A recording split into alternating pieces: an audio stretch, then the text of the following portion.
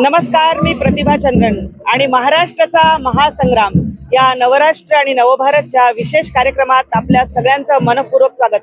तुम्हाला माहिती आहे की आमची निवडणूक यात्रा पूर्ण महाराष्ट्रभर फिरते। कोकणामध्ये आहे आम्ही आज आणि पनवेलला प्रशांतजी ठाकूर आपल्या सोबत आहेत, जे विद्यमान आमदार आहेत, 3 वेळा निवडून आलेले आहेत। प्रशांतजी, यावेळची निवडणूक तुमच्या इथेच ज्या भारतीय जनता पार्टीच्या होत्या लीना गरड, त्यांनी पण तिकीट भरलेलं आहे आणि उबाठाचं त्यांनी हे केलेलं आहे, म्हणजे उबाठाकडे त्या गेलेल्या आहेत। निवडणूक यावेळी वेगळी आहे थोडीशी। 2024 ची निवडणूक ही एका अर्थानं या महाराष्ट्रामधल्या सर्व जनतेच्या दृष्टिकोनातून एक आव्हानात्मक अशा पद्धतीची निवडणूक आहे। कारण एकीकडे या महाराष्ट्राच्या जनतेनं 5 वर्षापूर्वी झालेला राज्यातला प्रकार पाहिलेला आहे आणि ज्या पद्धतीनं या राज्याचे आमचे नेते देवेंद्रजी फडणवीस यांनी 2014 ते 19 या कालावधीमध्ये महाराष्ट्राला पुढे नेण्याचं काम केलं। जर भारतीय जनता पार्टी आणि त्याचबरोबरीनं महायुती अशीच पुढे जात राहिली तर आपल्याला सर्वसामान्य जनतेच्या मनामध्ये कोणतंही स्थान राहणार नाही, याची खात्री ही शरद पवार असतील किंवा काँग्रेस असेल त्यांना पूर्णपणानं पडली आणि ती पटल्यामुळं त्यांनी शिवसेनेला भारतीय जनता पार्टीपासून वेगळं करण्याचा योजना आखली आणि त्या पद्धतीनं त्या योजनेमध्ये 2.5 वर्षासाठी तरी ते यशस्वी झाले। पण आपण पाहतोय की या 2.5 वर्षामध्ये महाराष्ट्र खऱ्या अर्थानं मागे गेला। देवेंद्रजीच्या नेतृत्वाखाली विकासाच्या बाबतीत पुढे होतो, त्या बाबतीमध्ये ठिकठिकाणी स्थगिती आल्या, कामं पुढे वाढू शकलेली नाही। मराठा आरक्षण जे देवेंद्रजींनी दिलं, टिकवलं होतं, उद्धव ठाकरेंचं सरकार आल्यावरती ते टिकलं नाही आणि त्यामुळे या महाराष्ट्रातल्या निरनिराळ्या घटकांवरती अन्याय होत गेला। जे जलयुक्त शिवाराची योजना माननीय देवेंद्रजींनी आणली की ज्याच्यामुळे दुष्काळ मिटायला सुरुवात झाली। लातूरला ट्रेननी पाणी न्यावं लागत होतं, ते आता त्या ठिकाणी लोक स्वतःच्या परिसरात शिवारामध्ये साचलेल्या पाण्यामुळे शेती करायला लागले। अशा वेळेला या सर्वसामान्य जनतेला दिलासा मिळतोय, शेतकऱ्याला दिलासा मिळतोय, युवक पुढे चाललाय, महिला समाधानी आहेत, हे कुठेतरी खुपणार होतं आणि म्हणून महाविकास आघाडी बनली। पण 2.5 वर्षामध्ये या महाविकास आघाडीने महाराष्ट्राला मागं लोटलेला आहे आणि त्यामुळे या पुढच्या 2.5 वर्षामध्ये शिंदे साहेब जेव्हा बाजूला झाले त्यांच्यानंतर त्यांच्या नेतृत्वाखाली या महाराष्ट्रानं खऱ्या अर्थानं काट टाकली। विकासाच्या दृष्टिकोनातून शिंदे साहेब, फडणवीस साहेब, दादा यांच्या नेतृत्वाखालचं सरकार वेगवेगळ्या क्षेत्रामध्ये एकाच वेळेला काम करायला सुरुवात झाली। प्रचंड वेगानं कामं झाली आहेत, प्रचंड महत्वाकांक्षी पण त्याच वेळेला उपयुक्त अशा योजना आलेल्या आहेत आणि या सगळ्यांचा परिपाक असा आहे की पुन्हा महाराष्ट्र 1 नंबरला देशामध्ये गुंतवणुकीच्या बाबतीमध्ये आला। त्याचबरोबरीनं या वेगवेगळ्या पद्धतीच्या सर्वसामान्य माणसाच्या हिताच्या योजना, याच्यामुळं मग आमची लाडकी बहीण योजना असेल, ज्येष्ठांसाठीची वयोश्री योजना असेल, त्याचबरोबर अन्नपूर्णा योजना असेल, मुलींना मोफत शिक्षणाची योजना आहे, ST मध्ये अर्ध्या तिकिटा प्रवासाची योजना आहे, याचबरोबरीनं महात्मा ज्योतिबा फुले योजनेमध्ये आता पिवळं रेशन कार्ड, केशरी रेशन कार्ड, पांढरे रेशन कार्ड, सर्व स्तरामधल्या लोकांना आरोग्याच्या सुविधा निर्माण व्हायला सुरुवात झाली। याचा खूप मोठा परिणाम झाला आहे। आता पनवेलमध्ये माझ्या समोर उमेदवार कोण आहे, काय आहे, यांनी खरंच फरक पडत नाही, कारण लोकांनी 2 सरकारमधला फरक पाहिला आहे। कामाच्या बाबतीमध्ये आम्ही सत्तेत असू नसू पण लोकांच्यासाठी उपयुक्त ठरलेलो आहोत, लोकांच्या उपयोगाला आलेलो आहोत। त्यामुळे ही जनता निश्चितपणानं भारतीय जनता पार्टी, शिवसेना, राष्ट्रवादी, RPI महायुतीला निवडून देण्यासाठी कटिबद्ध आहे, असंच चित्र मला तरी या ठिकाणी प्रचार फिरताना दिसतं। युती आणि आघाडी दोन्ही पक्षांसाठी काही ज्यांना आयडिओलॉजिकली अलाइनमेंट असलेले घटक असे सोबत नाहीयेत, म्हणजे त्यांची पण अडचण उद्धव बाळासाहेब ठाकरेंना घेऊन आहे किंवा इथे पण आयडिओलॉजिकली अजितदादा यांचा एक वेगळा DNA। या परिस्थितीमध्ये जनतेसमोर जाताना, कारण हा जो सगळा पट्टा आहे हा नाही म्हणलं तरी भारतीय जनता पार्टी आणि अविभाजित शिवसेनेचा बालेकिल्ला किल्ला अशाच पद्धतीचा मानला जातो, सगळा कोकण वगैरेचा भाग।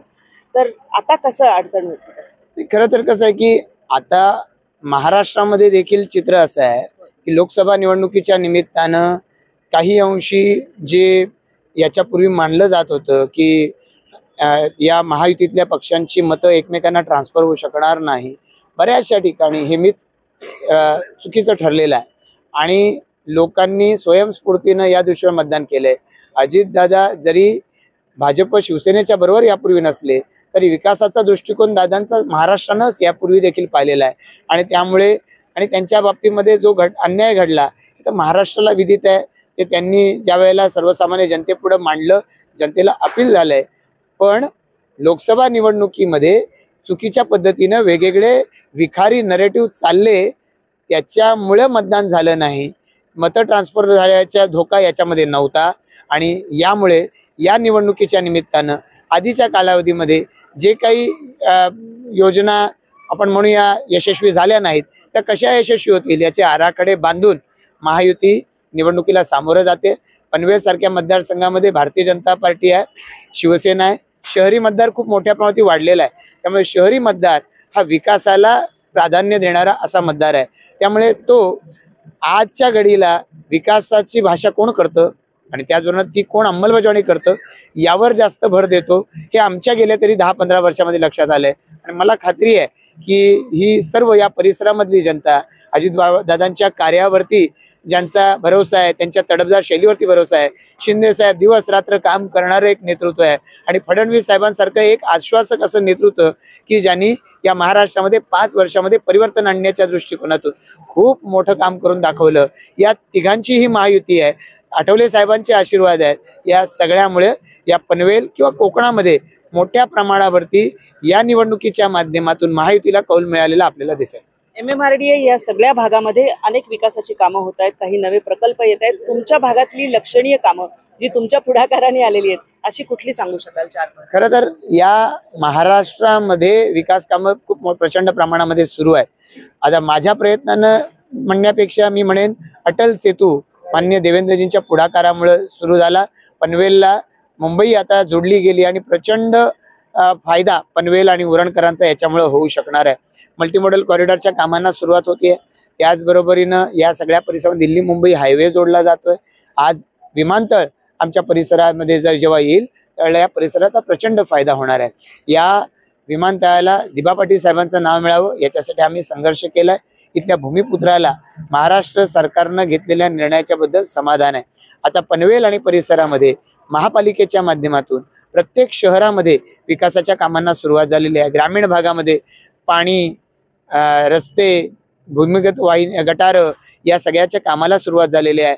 पनवेल ज्या परिसरामध्ये आपण आहोत या परिसरामध्ये महापालिकेनं दिलीप वेंगसरकर यांना सोबत घेऊन आंतरराष्ट्रीय दर्जाचं अडसर क्रीडा प्रशिक्षण संकुल उभं केलेलं आहे, ज्याचा फायदा पुढच्या भविष्य काळामध्ये इथल्या सगळ्या तरुण क्रिकेटपटूंना होणार आहे.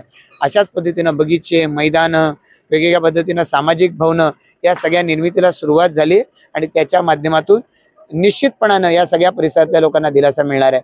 एकीकडे माननीय देवेंद्रजी फडणवीस यांच्या नेतृत्वाखाली आम्ही मधल्या कालावधीमध्ये ज्या बैठका घेतल्या, पाणी पुरवठ्याच्या संदर्भात म्हणजे ज्या त्रुटी आहेत त्या दूर करण्यासाठी येणाऱ्या 6 ते 8 महिन्यामध्ये या परिसराचा पाण्याचा प्रश्न नावाशिवाय टप्पा 3 या योजनेमध्ये 100 MLD पेक्षा जास्त पाणी अतिरिक्त उपलब्ध होईल आणि त्यामुळे या सगळ्या परिसराची पाण्याची समस्या येणाऱ्या कालावधीमध्ये दूर होणार. यावेळची निवडणूक जी आहे ती एका वेगळ्या परिस्थितीमध्ये, कारण 2019 नंतरची सगळी समीकरणं राज्यांनी बघितली आणि ज्या कदाचित कुठल्या शक्यता वाटत नव्हत्या कधी होतील त्या सगळ्या बघितलेल्या आहे. तुम्ही ह्या सगळ्या प्रकाराकडे कसं बघता? कारण एक तरुण आश्वासक नेतृत्व म्हणून आणि ज्या प्रामुख्याने तुम्ही शिक्षण क्षेत्रामध्ये आहात, वाचणारा आमदार किंवा वाचणारा नेता दुर्मिळ थोडेसे असतात, तुम्ही तेही करता. तर या सगळ्या परिस्थितीकडे तुमचं आकलन काय आणि कसं बघता? खरं तर आता आपण जर पाहिलं पनवेल आणि परिसराचं चित्र जर पाहिलं तर खूप मोठ्या प्रमाणावरती विकासाच्या संधी या परिसरामध्ये निर्माण झालेल्या आहेत. मी म्हणालो विमानतळाच्या बाबतीमध्ये महाराष्ट्राचं शासनाचं पहिलं कौशल्य विद्यापीठ आता त्याला रतन टाटांचं नाव दिलं जातंय, पनवेलमध्ये बनणार आहे आणि त्याच्या माध्यमातून इथल्या परिसरातल्या उद्योगाच्या, स्वयंरोजगाराच्या, रोजगाराच्या संधी इथला युवक टॅप करू शकणार आहे. आणि त्यामुळे या परिसरामध्ये घडणारं परिवर्तन आहे याच्यामध्ये इथल्या स्थानिकाला, प्रकल्पग्रस्ताला, भूमिपुत्राला त्याच्यामध्ये स्थान मिळण्याची व्यवस्था सरकारच्या माध्यमातून निर्माण केलेली आहे. सिडको असेल, नैना असेल, अन्य वेगवेगळ्या पद्धतीची प्राधिकरण आहेत. या माध्यमातून विकासाच्या दृष्टिकोनातून नियोजनबद्ध विकास हा होत राहणार आहे आणि त्याचबरोबर या सगळ्या नागरीकरणाच्या गरजा लक्षात घेऊन शासन मोठ्या प्रमाणात निधी देत आहे. त्याच्यामुळे जनमानसामध्ये सुखाची भावना आहे की आम्हाला या सगळ्या परिसरामध्ये सरकारकडून जे अभिप्रेत आहे ते सगळं मिळतंय. लाडकी बहीण योजनेपासून वेगवेगळ्या पद्धतीच्या योजना ज्या आल्यामुळं समाजातल्या प्रत्येक घटकाला मी या देशासाठी, मी राज्यासाठी कॉन्ट्रीब्यूट करू शकते अशी भावना जर निर्माण होत असेल तर मला असं वाटतं याच्यापेक्षा समर्थ राज्याची, राष्ट्राची आणखीन कल्पना काय असू शकते. लाडकी बहीणबद्दल सातत्याने टीका विरोधकांकडून ही केली जाते की निवडणुकीपुरती योजना आहे, पैशाचा अपव्यय आहे आणि का देत आहेत, त्याच्याऐवजी सुरक्षा द्या.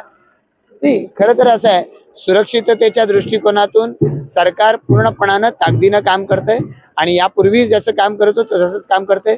जे प्रकार स्त्रियांच्या अवमानाचे घडत आहेत या सगळ्या प्रकाराच्या बाबतीमध्ये सरकार जागरूकपणानं आणि अतिशय सक्षमपणानं कारवाई करतंय.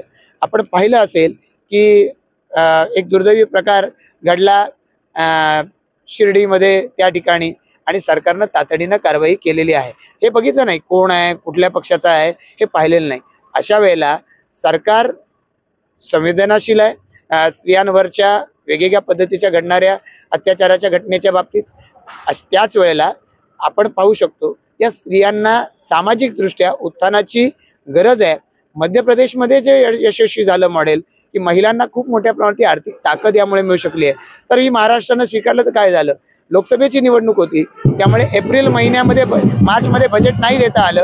आता ते बजेट दिलेलं आहे आणि त्या बजेटच्या माध्यमातून प्रोव्हिजन करून या योजनेतून महिलांना ताकद मिळणार आहे आणि हे चित्र आता असंच कायम राहणार.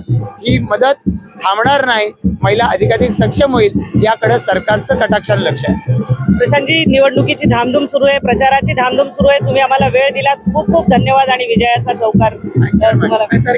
तर आपण बघतोय की महाराष्ट्राचा महासंग्राम या भागामध्ये आम्ही प्रशांतजी ठाकूर यांच्याशी बोलत होतो. अशा वेगवेगळ्या उमेदवारांना आम्ही तुमच्याशी परिचय करून देऊ. तुम्ही आमचा कार्यक्रम बघत राहा, चॅनलला सबस्क्राईब करायला विसरू नका. तुर्तास धन्यवाद, नमस्कार.